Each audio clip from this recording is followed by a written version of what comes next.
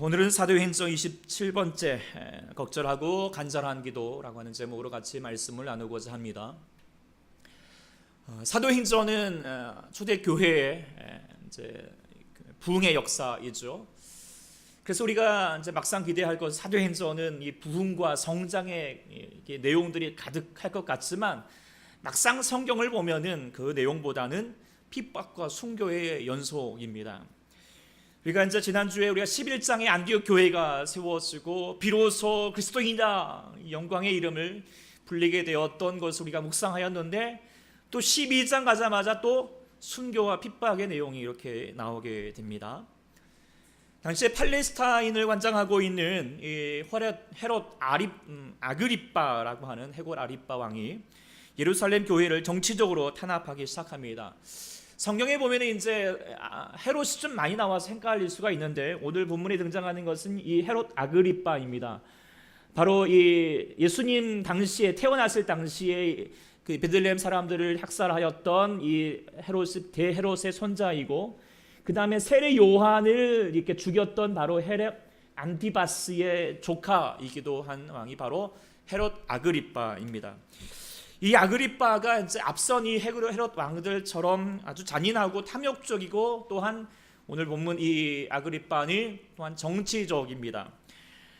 그래서 자신의 정치적인 이익을 위해서는 어떤 일도 서슴지 않고 벌이는 사람입니다. 유대인들이 그리스도인을 싫어합니다. 그래서 그들의 환심을 얻기 위해서 예루살렘 교회를 박해하고자 하였습니다. 특별히 예수님의 12제자 중에 한 사람이었던 바로 요한의 형이었죠. 야고보를 잡아다가 참수했습니다. 근데 이것을 또한 오늘 본문에 보면은 유대인들이 기뻐했습니다. 그리고 이것을 또 그래서 이제 멈추지 않고 교회를 더 핍박하기 위해서 교회에 가장 영향력을 끼치고 있는 이 베드로를 감옥에 가두고 옥문을 갖추게 하고, 나중에는 6월절을 지나서 아마도 참수하고자 하는 의도를 가졌던 것 같습니다. 자, 교회에 엄청난 위기가 찾아온 것이죠. 우리네 삶에도 마찬가지인 것 같습니다. 우리가 예수 믿는 신앙의 삶, 우리가 바라는 대로도 좋은 일이 많은 일어나지 않은 듯 할 때가 많습니다. 고난이 많습니다. 십자가의 길입니다. 특별히 믿지 않은 가정에서 믿음의 삶을 산다라고 하는 것이 참 어렵죠. 특별히 이 명절은 더욱더 그런 고난의 현장일 것입니다. 영적 전쟁의 치열한 싸움을 지금 앞두고 있는 여러분들 마음 가운데 어쩌면 두려워하는 분들도 있을 것 같습니다. 그런데 우리 주님은요, 여러분들을 그렇게 대책 없이 전쟁터에 보내지 않습니다. 하나님은 반드시 여러분을 승리하게 하실 것입니다. 아멘. 그런데 그 승리의 비결이 무엇인가? 성경은 한결같이 말합니다. 바로 믿음의 기도입니다. 그 믿음의 기도는 뭐냐면, 전쟁은 누구한테 속했다? 하나님께 속했다는 것이고, 그래서 전쟁을 하나님께 맡겨드리는 것입니다. 하나님을 의지하는 기도입니다. 오직 그것이 우리를 이 고난의 현장에서 승리하게 하는 유일한 길인 줄 믿습니다. 오늘 본문은 바로 그것을 다시 우리가 깨닫게 해주고 있는 내용입니다. 오늘 본문에 보면은 교회 지도자 한 사람이 죽었고, 이제 베드로도 옥에 갇히게 되었습니다. 죽음 앞에 있습니다. 그런데 이 위기 앞에서 교회가 긴급 회의를 소집하거나 베드로를 구출하기 위해서 결사대를 조직하지 않습니다. 황소하거나 그런 게 아니었습니다. 오늘 본문 5절은 간결하게 이야기하지 않습니까? 베드로가 옥에 갇혔습니다. 그리고 교회는 뭐 했습니까? 그를 위하여 간절히 하나님께 기도하더라. 그들은 오로지 기도했다. 이렇게 말하고 있습니다. 예수님께서 원하셨던 교회의 모습이 바로 이것입니다. 우리가 지난주 이제 큐티를 하시면서 어제 내용이죠. 어제 큐티 하셨던 분들은 기억하시겠지만, 예수님께서 긴 여정 끝에 예루살렘에 이제 드디어 도착을 하셨죠. 그래서 제일 먼저 들어간 곳이 성전이었습니다. 근데 성전에 들어가고 나서 예수님이 대단히 실망했죠. 거기에는 여러 가지 성전에서 매매하고 돈을 파고 비둘기를 팔고 그런 모습들이 있으니까 예수님이 정말 대단히 실망도 하고 화도 나고, 그래서 그 상들을 엎고 의자들을 뒤엎으면서 그러면서 하셨던 게 무엇입니까? 성전이 이런 모습이 되어서는 안 된다라고 하는 것이죠. 그러면서 예수님이 하셨던 말씀이 무엇입니까? 내 집은 만민이 기로 기도하는 집이다. 칭함을 받으리라 하지 않았느냐? 너희들은 강도의 소굴을 만들었도다 라고 그렇게 원통히 하고 계십니다. 주님의 저는 뭐하는 곳이다? 무엇보다도 기도하는 곳이어야 된다라고 그렇게 강조하신 것이죠. 예수님께서 이 땅에 거주하는 동안에 예수님은 상처받은 영혼들을 치유하셨습니다. 그리고 예수님이 승천하시고 또한 그의 몸된 교회를 남기시면서 예수님이 하셨던 이 치유의 사역을 교회에게 일임하시고 부탁하셨던 것이지요. 그래서 교회가 해야 할 중요한 일들 중에 하나가 그것은 바로 인생의 역경 가운데 있는 아파하는 사람들을 돌보는 일일 것입니다. 그렇다면 교회가 그들을 위해서, 아파하는 사람들을 위해서 무엇을 할 수 있을까요? 물론 그들을 위해서 함께 아파하기도 하고 또 위로하고 격려하는 것도 필요하겠지만 무엇보다도 그들에게 가장 그들을 돌보는 것은 그 아파하고 있는 그들의 아픔을 같이 부둥켜 안고 그들의 기도 제목을 붙들고 교회가 함께 기도해야 할 줄 믿습니다. 그래서 예수님은 우리 가운데 분명히 말씀하셨습니다. 교회가 합심하여서 주님의 이름으로 기도하면 내가 응답하겠다라고 하셨던 주의 약속의 말씀. 그래서 우리 교회는 바로 기도하는 교회여야 합니다. 우리 초대교회가 기도하는 교회가 될 수 있기를 소망합니다. 특별히 인생의 상처와 역경 앞에 있는 자들을 위해서 함께 기도하는 교회가 되어야 하겠습니다. 아까 말씀드렸던 것처럼 이번 주 금요일은 우리 케냐를 향하여 가는 9명의 지체들을 위해서 기도하는 시간입니다. 사실 선교지, 케냐 선교지가 녹록지 않습니다. 안전 여러 가지 또 지난주만 해도 테러의 소식도 있었고 건강도 물론 이제 예방 주사도 이제 엄청 맞았고 그렇긴 했지만 안전도 보장되지 않고 건강도 힘들고 영적 전쟁이 치열한 현장입니다. 그 가운데도 어린 아이들이 나가지만 또 그 수많은 학생들 앞에서 또 공연하고 찬양하고 게임을 이끌어 간다라고 하는 거 쉽지 않은 것입니다. 그래서 여러분들의 기도가 참 많이 필요합니다. 네, 그래서 여러분들이 금요 기도에 많이 분들이 나오셔서 이 아이들을 위해서 기도해 주시면 힘있게 가게 될 줄 믿습니다. 기도할 때 함께 기도할 때 교회는 살아 역사하고 하나님의 역사가 나타나게 될 줄 믿습니다. 또한 우리가 우리 주위에 지금 주보에 긴급한 제목이 없어서 기도 제목이 없어서 실려 있지는 않지만 아직도 고난 가운데 성도들이 있습니다. 암과 투병하는 분들도 있고 자녀의 취업과 결혼을 위해서 기도하고 계시고 재정적인 어려움 가운데 또 여러 가지 많은 가정의 여러 가지 많은 어려움 속에서 차마 누구에게도 말하지 못하지만은 그래도 가슴 부둥켜 안고 기도하고 있는 분들이 있을 거고 여러분들도 아시는 줄 믿습니다. 그때 우리가 어떻게 해야 될까요? 같이 기도해야 할 줄 믿습니다. 그런데 저는 바라고 원하건대 여러분들이 가지고 있는 인생의 문제가 있으면 무엇보다도 교회가 기도할 수 있도록 교회의 기도를 부탁할 수 있기를 소망합니다. 교회는 어떤 것보다도 기도하는 교회입니다. 그리고 그 기도함을 통하여서 교회가 치유되고 함께 건강해지고 통하여서 하나님의 복을 누릴 수 있는 교회가 되는 줄 믿습니다. 그래서 우리 모두 정말 함께 기도하는 교회가 되어야 할 줄 믿습니다. 바로 예루살렘 교회가 이 문제와 역경 앞에서 기도하는 교회가 되었다라고 하는 것이 참 중요한 내용인데, 그런데 오늘 본문을 통하여서 예루살렘 교회가 함께 기도하였고 또 베드로도 기도했겠지만 통하여서 어떠한 일이 일어나게 됩니까? 베드로가 기적적으로 옥문을 열고 나오게 되었습니다. 도대체 어떻게 기도했기에, 어떻게 하나님께 나아갔기에 이런 놀라운 역사가 일어나게 되었는가 저는 묵상하게 됩니다. 오늘 본문을 보면은 특별히 이렇게 기도했다라고 되어 있죠. 그를 위해서 간절하게 기도했다라고 그렇게 얘기하고 있습니다. 간절하게 기도했다. 이 간절하게 기도한다. 간절함은 기도 응답받기 위한 필수 조건이죠. 근데 저는 오늘 본문을 묵상하면서 여기에다 적절한 간절함과 적절한 기도를 포함하고 싶습니다. 하나님은 화려한 기도를 원하지 않습니다. 그렇다고 많은 물질을 드리는 기도를 또 원하지 않습니다. 하나님이 원하시는 기도는 간결할 수는 있겠지만 적절하고 또한 간절한 기도를 원하신다라고 하는 것이죠.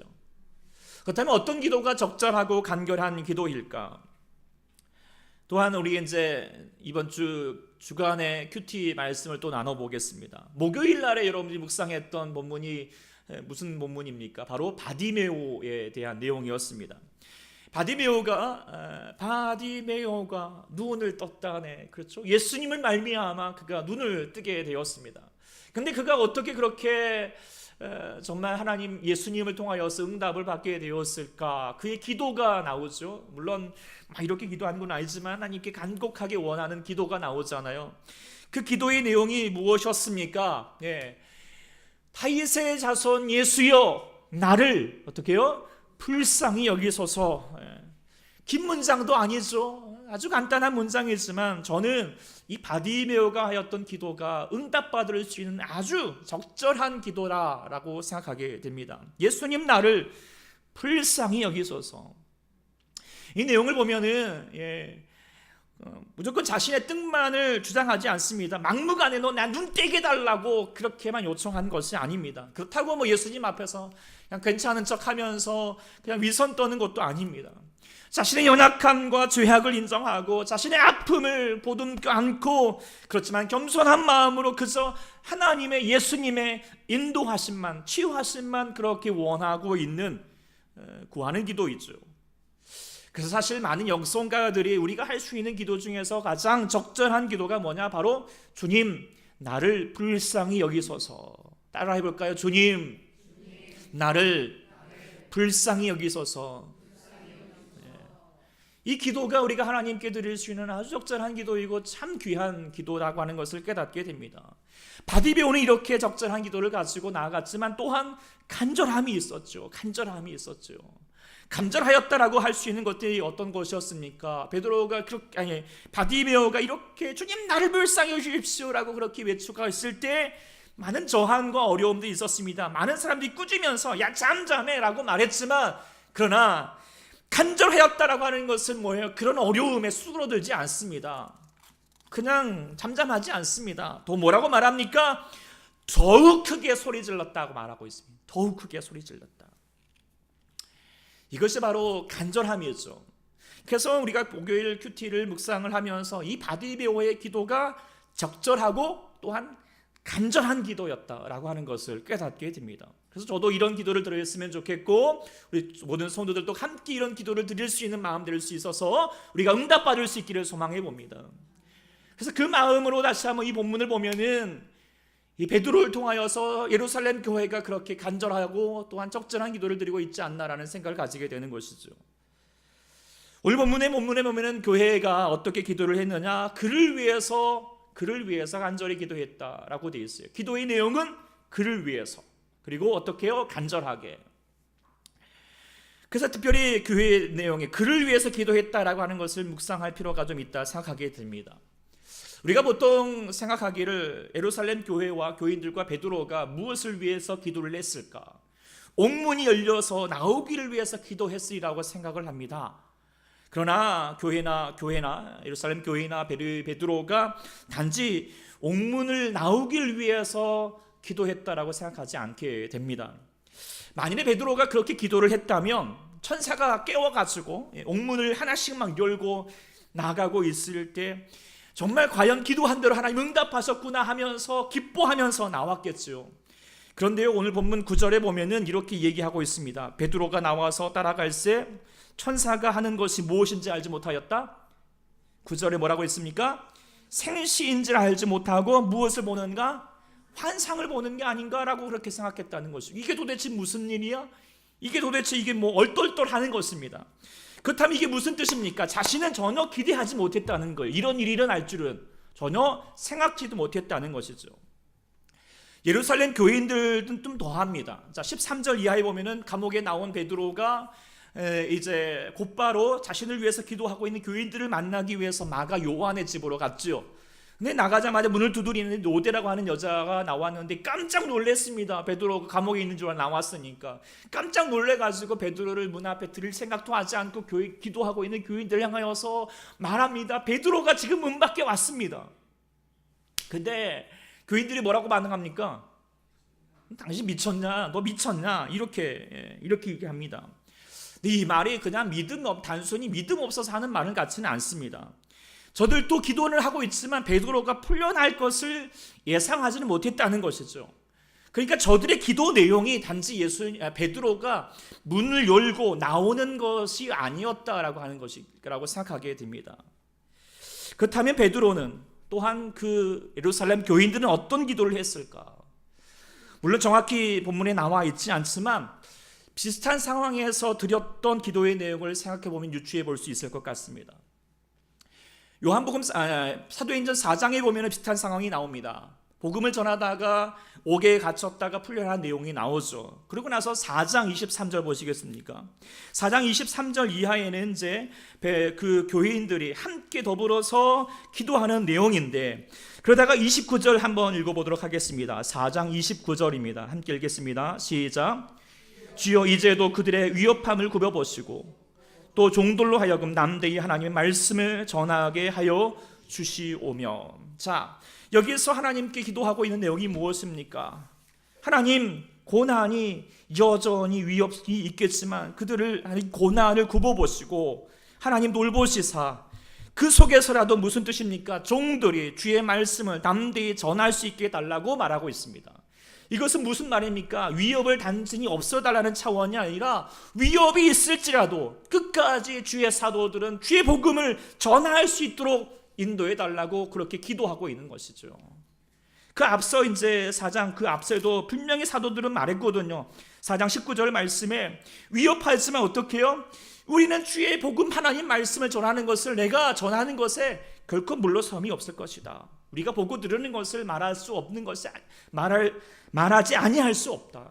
너희들이 아무리 그렇게 말을 해봐 나는 주의 복음을 전할 것이다. 이런 주의 복음을 위해서 끝까지 붙들고 목숨의 위협이 있을지라도 끝까지 주의 복음을 전하는 자로서의 사도의 모습들을 지켜갈 것을 지금 4장에서는 기도하고 있죠. 그렇다면 지금 이 12장에서도 마찬가지일 거예요. 갇혔어요. 베드로가 갇혔어요. 야고보도 죽었어요. 그렇지만 베드로를 위해서 어떻게 기도했을까요? 단순히 감옥 탈출이 아니라 그를 위해서 기도했다라고 되어 있는데 아마도 그렇게 기도했을 것 같다 생각하게 됩니다. 네. 그를 위해서 그가 끝까지 주의 사도로서 주의 복음을 위해서 전하는 자가 되게 하여 주시옵소서. 네. 왜냐하면 우리가 마가복음 묵상했던 것처럼 예수님께서 제자라고 하는 것은 어떤 존재인가? 누구든지 나를 따라오려거든 자기를 부인하고 자기 십자가를 들고 나를 따를 것이다. 누구든지 자기 목숨을 구원하고자 하는 자는 잃을 것이지만 누구든지 자와 복음을 위해서 자기 목숨을 잃으면 어떻게 해요? 구원하리라. 물론 이 말씀을 마가복음 당시에는 깨닫지 못했지만 이제 성령을 받은 저희들은 그 하나님의 제자됨이 무엇인가를 깨달았죠. 그리고 그를 위해서 기도하는 것입니다. 각오하는 것입니다. 주님, 저도 제자로서 끝까지 살게 도와주십시오. 이것이 바로 교인들의 기도였고 베드로의 기도였다라고 생각하게 됩니다. 무조건 살려달라고 기도한 게 아니었을 거다라는 생각을 보게 됩니다. 왜냐하면 사실 그렇게 기도했다면 야고보를 위해서도 야고보가 갇혔을 때에도 그렇게 기도했겠죠. 근데 하나님께서 야고보는 기도는 거절해 보시고 베드로만 살려주셨다라고 하면 얼마나 야고보 입장에서는 상처가 되겠습니까? 하늘나라 가셔가지고 뭐 따져들지 않을까요? 그런데요, 묵상해 보면 야고보도 베드로도 그저 살려달라고 자신의 안위를 위해서 기도하지 않았겠다는 것입니다. 정말 이젠 제자들이니까 마가복음에서 보였던 그런 어리석었던 모습들의 제자가 아니라 그들이 하나님을 만나고 나서 참된 제자의 모습으로 거듭나면서 드렸던 기도였다라고 하는 것을 깨닫게 됩니다. 그래서 주님을 만난 사람 누구라도 이런 기도를 하죠. 그래서 사도 바울도 로마서 14장 7절에서 8절 말씀에 그렇게 기도하지 않습니까? 같이 한번 읽어보겠습니다. 시작. 우리 중에 누구든지 자기를 위해서 사는 자가 없고 자기를 위하여 죽는 자가 없도다. 우리가 살아도 주를 위해서 살고 죽어도 주를 위하여 죽나니 그러므로 사나 죽으나 우리가 주의 것이로다. 우리가 예수 믿는 사람으로서 복음을 전한 자로서 우리를 위해서 자기를 위해서 사는 자 없다는 거예요. 네. 우린 죽어도 좋다. 나 사나 죽으나 우린 누구 것이다? 주님 것이다. 내가 목숨을 염려하기 위해서 우린 기도하지 않는다. 뭐예요? 우린 주님을 위해서 주의 복음을 위해서 기도하는 존재들이다. 베드로도 이 믿음의 고백을 가지고 하나님께 기도했을 것입니다. 사나 죽으나 누구 것이다? 주의 것이다. 그래서 옥중에서 베드로가 지금 어쩌면 내일이면 6월절 지나면 참수당할 수밖에 없는 위기 가운데 있지만 하나님께 자신의 삶을 완전히 맡겨드리는 거예요. 나는 사나 죽으나 주님 것이에요. 주님이 알아서 하십시오. 주님이 함께 하십시오. 그러니까 어떻게 하나님께 맡겨드리고 맡겨드리고 나니까 어때요? 두려워하지 않은 거예요. 벌벌 떨지 않은 거예요. 염려하지 않은 거예요. 그래서 베드로가 어떻게 했습니까? 다리 쭉 뻗고 잤어요. 천사가 막 흔들어내도 안 나오니까 어떻게 해요? 발로 팍 차가지고 일어날 정도로 자는 거예요. 왜요? 하나님께 맡겨드렸으니까. 그래서 저는 이 베드로의 모습을 보면서 오늘 요절 말씀, 베드로 빌립보서 4장 13절 말씀이 생각났습니다. 같이 한번 우리 오늘 말씀 읽어볼까요? 빌립보서 4장 13절 시작. 내게 능력 주시는 자 안에서 내가 모든 것을 할 수 있느니라. 사실 이 말씀만큼 우리가 하나님 말씀을 잘 알고 있지만 오용하는 말씀도 없을 것입니다.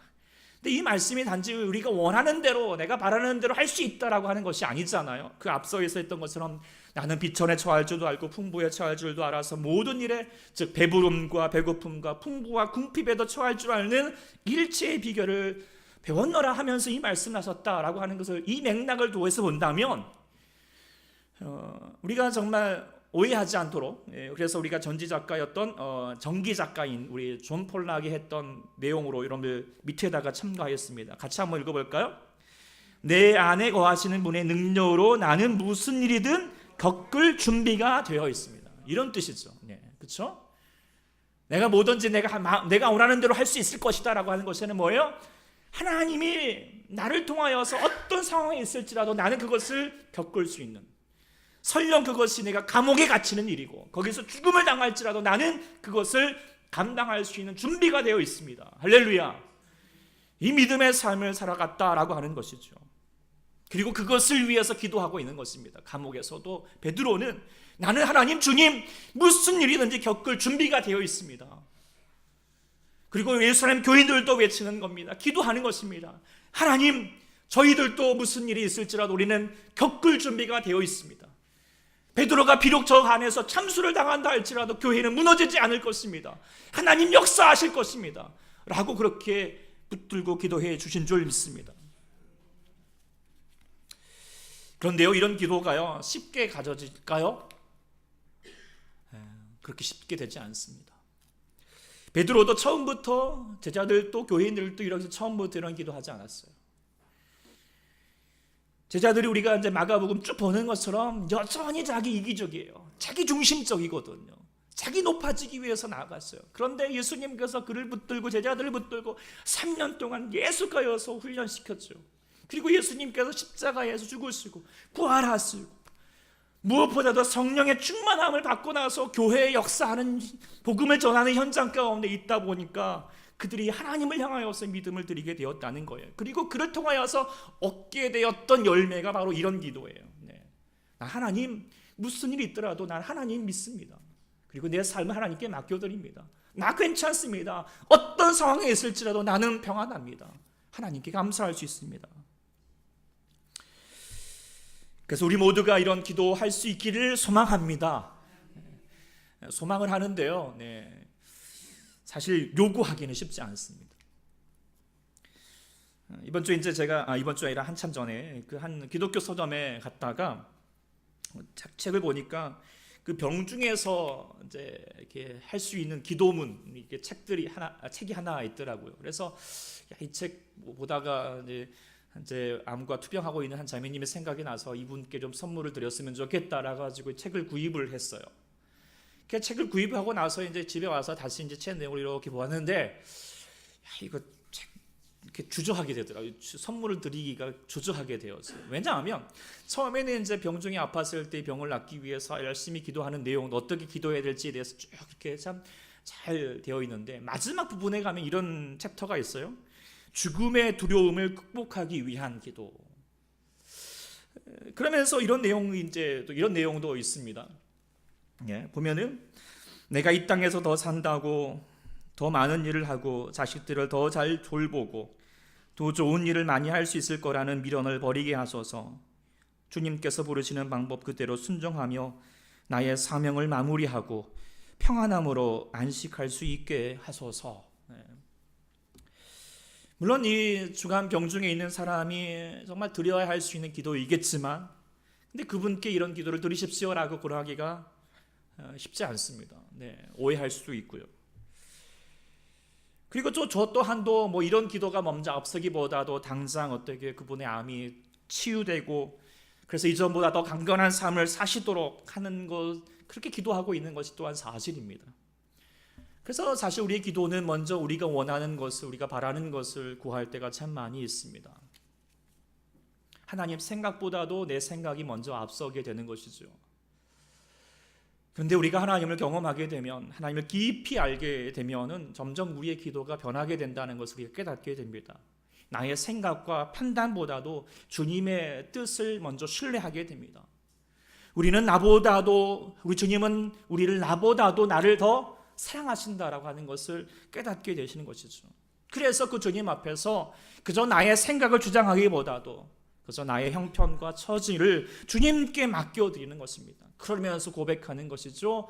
하나님, 저를 불쌍히 여겨주소서. 저를 불쌍히 여겨주소서. 그러면서 하나님께 맡겨드리면 하나님께서 주의 역사로 우리 가운데 인도해 가신다라고 하는 것이 바로 우리가 드릴 수 있는 성숙한 기도인 줄 믿습니다. 베드로도 예루살렘 교인들도 그런 마음으로 베드로를 맡겨드리면서 기도했으리라 생각합니다. 정말 이 기도는 그냥 할 수 있는 것이 아니었겠지요. 적절할지 모르겠지만 정말 또한 간절하게 기도할 수밖에 없는 내용입니다. 베드로도 자신의 삶을 맡겨드리면서 유언과 같은 기도가 되었겠지요. 예루살렘 교회들도 사랑하는 님을 떠나보내면서 가슴 시리면서 절구하면서 통곡하면서 기도할 수밖에 없을 것이었을 것입니다. 그리고 하나님은 하나님의 방법대로 그 간절한 기도를 응답하셨습니다.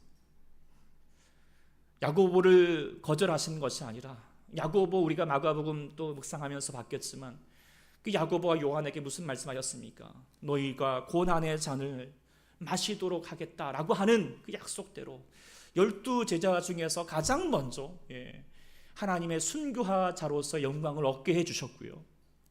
베드로가 지금 예루살렘 교회와 하나님 나라의 확장을 위해서 옥문을 열려주시는 놀라운 기적을 이루게 주셨습니다. 비록 자신은 기대하지 못하였죠. 하나님의 계획은 또 따로 있었던 것이죠. 하나님께 맡겨드렸더니 하나님께서 천사를 보내가지고 옥문을 열게 하시는, 사람으로서 생각할 수 없고 정말 상상할 수 없는 그 기적을 일으켜 주셨다라고 하는 것입니다. 바로 이것이 바로 하나님의 은혜의 역사인 줄 믿습니다. 그 사랑하는 우리 초대 성도 여러분, 여러분에게도 베드로가 감옥에 갇힌 것처럼 사랑이 꽉 막히고 도대체 어떻게 해야 될지 답답함을 가질 수밖에 없는 여러 가지 많은 어려움들이 있을 것입니다. 특별히 당장 명절을 맞이하면서도 시댁과 친척들과 어떻게 보내야 될까, 그 시간들이 버겁기도 하고, 또 믿지 않는 분들 안에서 제사 문제 여러 가지 안에서 믿음의 싸움을 어떻게 감당해야 될 것인가 라고 하는 그런 걱정도 있는 줄 압니다. 그럴 때 우리가 해야 할 것은 무엇일까요? 바로 기도입니다. 기도가 가장 최선의 방책인 줄 믿습니다. 그래서 여러분들 기도할 때 여러분의 모든 상황과 형편을 하나님께 올려드리십시오. 주님께 맡겨드리십시오.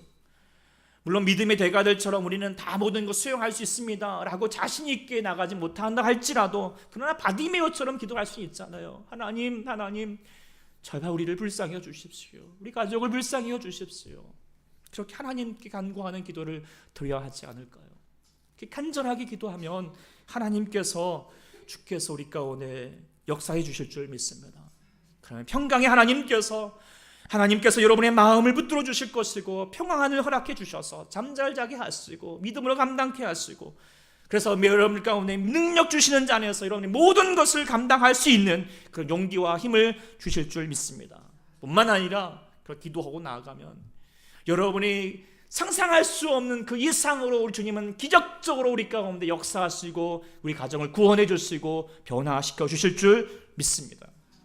이 기도의 능력을 모두 깊이 경험하는 초대의 모든 성도가 될 수 있기를 간절히 축원합니다. 기도하겠습니다. 하나님 아버지, 오늘 주님 아버지 앞에 나아가는 저희 안에 하나님, 저희들도 예수 믿는 삶 앞에 가지고 있는 여러 가지 핍박과 공고함과 어려움들이 있습니다. 그러나 하나님, 우리는 주님 앞에 온전히 맡겨드립니다. 주님께 기도할 뿐입니다. 하나님, 우리의 형편을 더 잘 아시고 우리보다도 더 놀라운 계획을 갖고 계시는 주님 아버지 앞에 우리의 모든 것을 올려드립니다. 하나님, 우리의 아픔을 올려드립니다. 우리의 가족의 이 구원받지 못하고 있는 이 모습들도 올려드립니다. 하나님, 또 이 명절의 모든 시간들도 올려드립니다. 하나님, 맡아 주관하여 주시고 주님, 저희들을 불쌍히 여겨 주시옵소서. 하나님께서 보살펴 주시옵소서. 오직 주님만 의지하오며 예수님의 이름으로 간절히 기도하옵나이다. 아멘.